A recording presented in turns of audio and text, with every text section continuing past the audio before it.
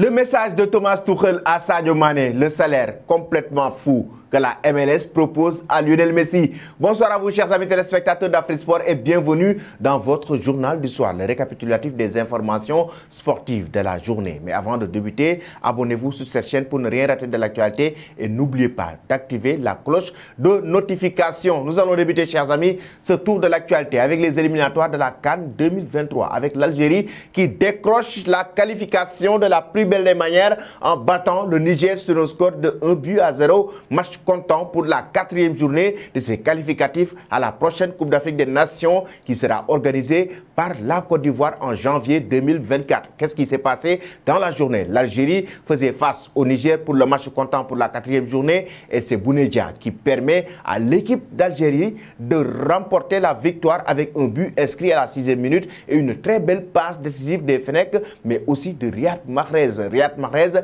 qui enregistre une passe décisive dans cette rencontre qui permet à Bounedjah d'inscrire le sort. L'Algérie a su gérer la rencontre, tout comme la première mi-temps. En deuxième mi-temps, même s'ils n'ont pas été prolifiques et décisifs pour pouvoir marquer le but du break sur le plan défensif, l'Algérie n'a pas eu peur parce qu'en face, ils ont fait face à une équipe nigérienne qui n'a pas eu beaucoup d'apports et beaucoup d'arguments offensifs, raison pour laquelle l'Algérie a su gérer la rencontre pendant 90 minutes et décrocher la qualification à la prochaine Coupe d'Afrique des Nations Côte d'Ivoire. Chers amis, dites-nous en commentaire aujourd'hui, pensez-vous que l'Algérie, qui s'est qualifiée, qui fait partie des premiers pays qualifiés pour cette Coupe d'Afrique des Nations, va-t-il remporter la prochaine édition? La prochaine Coupe d'Afrique des Nations remportée pour l'Algérie, j'aimerais avoir vos réponses en commentaire. Après l'Algérie, nous faisons un cap du côté de la Tunisie. Il y a eu 2 cadres forfaits pour le prochain match, c'est demain face à la Libye, match comptant pour la 4e journée. Et je rappelle que la Tunisie avait battu la Libye sur un score de 3-0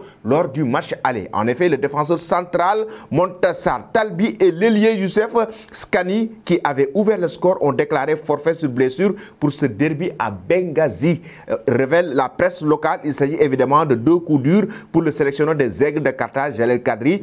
Talbi est le patron de la défense, tandis que l'expérimenté Skani, toujours aussi précieux malgré les années qui passent, avait ouvert le score lors du match aller. Ça veut dire que c'est 2 coups durs pour cette équipe de la Tunisie avec 2 cadres qui sont forfaits face à la Libye. 2 joueurs importants dans ce dispositif des Aigles de Carthage. Chers amis, pensez-vous que la Tunisie aujourd'hui peut aller très loin à la prochaine Coupe d'Afrique des Nations? J'aimerais aussi avoir vos avis en commentaire. Après cela, nous allons directement du côté de la France pour parler maintenant de quelqu'un qui connaît très bien le football africain, et il s'agit d'Hervé Renard qui a remporté doublement, autant pour moi, la Coupe d'Afrique des Nations en Afrique.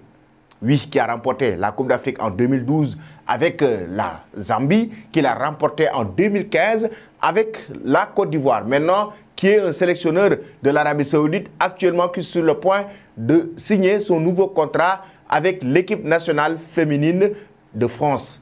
Oui, Hervé Renard sur le point d'être sélectionneur de l'équipe nationale féminine de France. Et il y a Habib Beye qui donne son avis par rapport à cela, par rapport au choix de venir pour diriger cette équipe nationale des Bleuettes de l'équipe de France. Je pense qu'un choix doit être un désir mutuel et j'aime beaucoup le côté solaire qui irradie de toutes les équipes qu'Hervé Renard entraîne. J'ai eu la chance de passer beaucoup de temps avec lui quand il était sélectionneur de la Côte d'Ivoire, car on était dans un même hôtel et on allait courir ensemble. Il a ce côté incroyable que quand il vous parle, vous êtes assez happé pour ce qu'il dit et ce qu'il représente. Vous avez bien entendu donc la déclaration d'Habib Beye, c'était sur Canal+, qui évoque carrément le choix que fait Hervé Renard concernant l'équipe nationale féminine de France. Pensez-vous que c'est une bonne idée pour Hervé Renard par rapport à sa carrière d'entraîneur d'aller entraîner l'équipe nationale féminine de la France? Pensez-vous aussi que c'est une bonne idée du côté de la France de décrocher Hervé Renard qui a tout le temps diriger ses équipes africaines pour les compétitions africaines et qui est actuellement l'entraîneur de l'Arabie Saoudite, et peut-être qu'il est en train de jouer son dernier match avant de rejoindre directement l'équipe nationale de la France. Chers amis, nous allons directement en Allemagne pour parler maintenant de Thomas Tuchel qui vient d'être présenté comme nouvel entraîneur de cette équipe bavaroise, le Bayern Munich. Thomas Tuchel actuellement qui est le nouvel entraîneur du Bayern Munich après le remerciement de l'entraîneur Julian Nagelsmann, c'est lui qui prend les rênes de l'équipe. Thomas Tuchel qui a remporté la Ligue des Champions, il faut le rappeler, avec les Blues de Chelsea, qui a été l'entraîneur du Borussia Dortmund, qui a été l'entraîneur aussi du Paris Saint-Germain. Maintenant, c'est lui, Thomas Tuchel, qui va diriger le club bavarois. Et sous l'ère Julian Nagelsmann, la presse allemande a évoqué carrément qu'il y a eu 7 joueurs qui ont fait virer Julian Nagelsmann dans le vestiaire du club bavarois. Mais sous l'ère Thomas Tuchel, il y aura certainement il y aura des changements sous l'ère Thomas Tuchel, surtout le cas Sadio Mané qui a inquiété par moment le club bavarois. Et là, Thomas Tuchel qui fait une déclaration pour rassurer complètement le joueur sénégalais. Qu'est-ce qu'il dit? J'aime beaucoup Sadio Mané. Il devrait tout le temps être sur le terrain. C'est un très bon gars et c'est un top joueur. Il a été clair. C'est un très bon gars, un top joueur et qui devrait être tout le temps sur le terrain. Selon Thomas Tuchel, c'est un message très fort qu'il lance aux joueurs sénégalais. Beaucoup plus de responsabilités maintenant. Ça veut dire que Sadio Mané aura beaucoup plus de temps de jeu sous l'ère Thomas Tuchel que sous l'ère Julian Nagelsmann. Qu'est-ce que ça veut dire? Il va encore une fois retrouver son rythme qu'avant la blessure qui l'a empêché de jouer la Coupe du Monde Qatar 2022. Chers amis, que pensez-vous de cette équipe du Bayern Munich sous l'ère Thomas Tuchel? Pensez-vous que Sadio Mané et le Bayern Munich vont remporter la Ligue des Champions cette saison et le championnat cette saison?